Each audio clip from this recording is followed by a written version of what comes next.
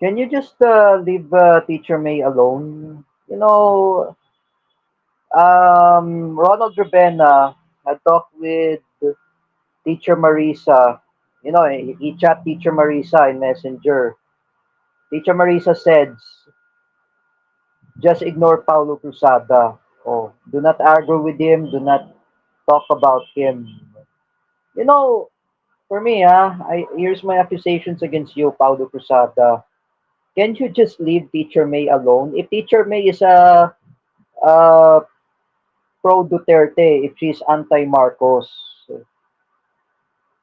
oh, just like her opinion was, even Rafael as well. You know, Rafael, the nephew of Teacher May, he was graduated in college in Ateneo. I know Ateneo are anti Marcos. You, Paulo Cruzada, can you just leave Teacher May alone? Do not ever threaten her with the what is it? You're threatening to her to hostage at her. You want to threaten to to to threaten at her. You saying about aside of rape joke, you are threatening to hostage her. And where is that her exact address? Where is the address where does she lives? Oh, and you don't know the address of Teacher May. How come we will hostage her and you don't know where was that address was? You don't know the address of Teacher May. For me, Paulo Cruzada, I want to challenge you. Bill Galang had knows the address of Teacher May. When Bill Galang says to me, when I chat him in Messenger, I told to Bill, asan ba nakatira si Teacher May? He said to me, Cainta Rizal. But I don't know that what her exact address was. And you don't know the address of Teacher May. Paulo Cruzada. Oh, you know what? Paulo Cruzada, with all due respect, do not harass Teacher May. Teacher May is already retired. Same as who among those teachers in CDIFI who were retired? I just mentioned by Nikki Miranda. Oh, teacher, um, who's a teacher in CDIFI I mentioned? Oh, teacher Chris. Oh, teacher Mirna. Oh, teacher Riza. Oh, they were all retired.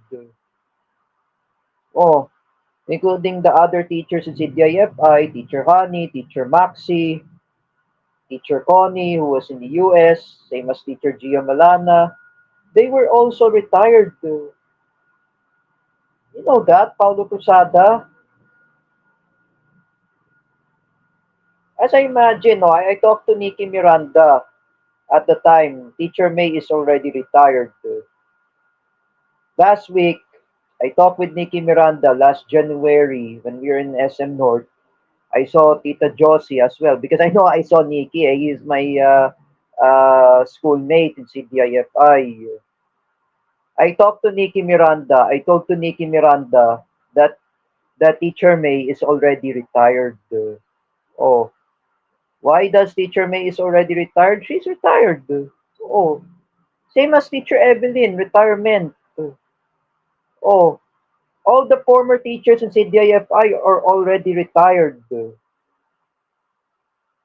Just like I said, like Sir Paulo Cuba told me, everyone are retired. If I were you, Paulo Cruzada, just leave Teacher May alone. Just leave her alone. Even you should never threaten to hostage her. Oh, when I talked to Denzel Joshua, did you tell to Rafael Tiburcio, the friend of Jetro Lopez, that was a nephew of Teacher May? Did you tell Rafael Tiburcio to block Paulo Cruzada? Denzel Duchua answer, yes, he already knows. Oh, you should never threaten to hostage Teacher May. It will be harm to Rafael. It will be harm to Isabela. Just like I said, madadamay sila dahil sa'yo, Paulo Cruzada. You know, you should never threaten to hostage Teacher May. Once Teacher May will report you to the authorities, she will file the cases against you. And she will file the complaint affidavit against you.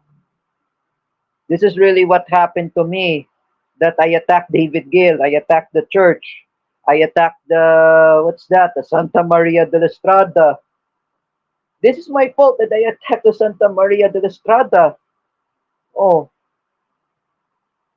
I am asking to Paulo Cruzada, just leave Teacher May alone. Don't ever to criticize, don't ever to attack her, her reputation, don't ever to threaten to hostage her. For me, if I say before, if Teacher May is my enemy, if she's not my teacher, she is still my former teacher. Oh, I respect her. Me, I never want to harass Teacher May in Messenger because I leave her alone. Oh, that always to do my best is I let her be. I said, just leave her alone. Oh, when I was told uh, by Jerick Silva at the time, he told me, wag mo kasi awayin si Teacher May. Oh, he said to me, he told me, you should respect Teacher May. And Jerick said, wag mo na lang husgahin si Teacher May. Oh, just like he said, she's your former teacher. Oh, like you, do not threaten to hostage Teacher May. I'm telling to you, Paulo Cruzada, have mercy to Teacher May. Have mercy to her family members, even that her mother, Ellen Tiburcio. You know what happened to her dad? Had passed away last 2018. I did not message Teacher May at the time because I was not active in Messenger. I sent the condolence to her impersonal instead of Messenger. Oh, it is not really good to harass anybody. If I were you, Paulo Cruzada, if you're a Marcos loyalist, if Teacher May is a pro Duterte, if she's anti Marcos, let her be. Respect her own opinion. Do not harass her. Do not threaten to hostage at her. That's bad. You know, your family, Mrs. Marion Cruzada, had wonder you do not know what you're doing. As I was told by Shonaya Kiana, that Paulo Cruzada is also a special child. Why? Because I know his mother had told her he's a special child. Oh, is this being act your special child to harass and hostage Teacher May and threaten to hostage her?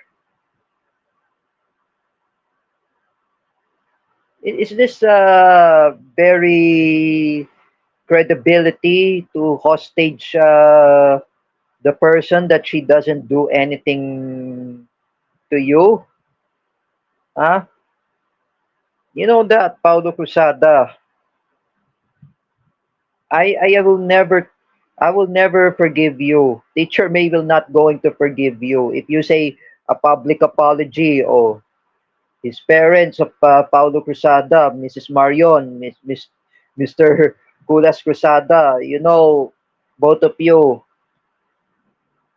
oh, both of you need to discipline your son. Otherwise, if you never discipline your son, remember, Teacher May will file the cases against you.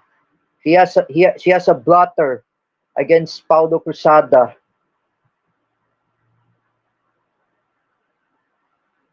and she will report it to the police. She will report it to the barangay, and the police will put Paulo Cruzada at detention, and then after that, he will stand to fit trial with Sophia Ahmad Sultan and Joseph Maspinas, and especially uh, the uncle of Joseph Maspinas. And the other victims who were bullied by Paulo Cruzada is Teacher Marisa and Teacher May. Oh, do you want to be in prison, Paulo Cruzada? Oh, do you want to be if you're in prison, or if you get a stand to fit on trial, you should be in the mental hospital. Oh, you know, Paulo Cruzada, like I said to you, abnormal ka kasi, Paulo Cruzada. You know, you're attacking Teacher May. You are you're harassing the former teacher in CDIFI that she doesn't do anything to you. Oh, you know that. As I was told by Denzel Joshua, do you know Rafael Tiburcio, the nephew of Teacher May? Or do you know him? Did you tell him that he blocked Paulo Cruzada? He already knows. So that was a close friend of Jetro Lopez. You should never harass Teacher May. Oh,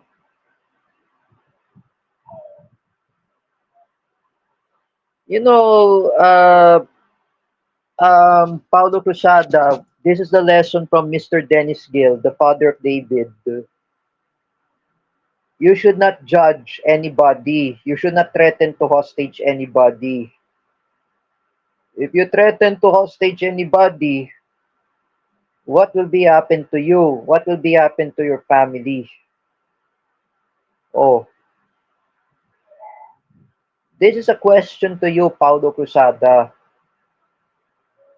Because those idiot Marcos loyalists who want to troll Paulo Cruzada, such as Teacher Alexander Pagkalinawan, Ate Dina Guillermo, Ate Melcanete, Sangkay Janjan, Nino Barsaga, Romeo TV Vlog, Paulo Cruzada, Gina Sejo, Jeffrey Asejo, Jima Casandil.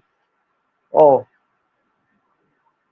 the uncle of Paula Nunez, I mentioned. Oh, they don't have credibility. Even Paula Nunez at Marcos Loyalist, she has no credibility. You know, this is really hurt. Why I accuse Paulo Cruzada that he's a Marcos loyalist, threatening to hostage Teacher May, that she is a pro Duterte and anti Marcos. They are trying, he's trying to hostage Teacher May. Is this very nice? What is this acting himself a normal to threaten to hostage Teacher May? Huh? It's not good. If I say again, if you're watching this Teacher May Tiburcio, even Rafael Tiburcio, even your family members, I just told all of you, here's the question is, I just telling to all of you, just ignore Paulo Cruzada. Wag mo na lang yung pansinin. You know, Paulo Cruzada is really an asshole. Napakagago yan si Paulo Cruzada. You know, for all of you, do not entertain Paulo Cruzada because he's just like Tiriling.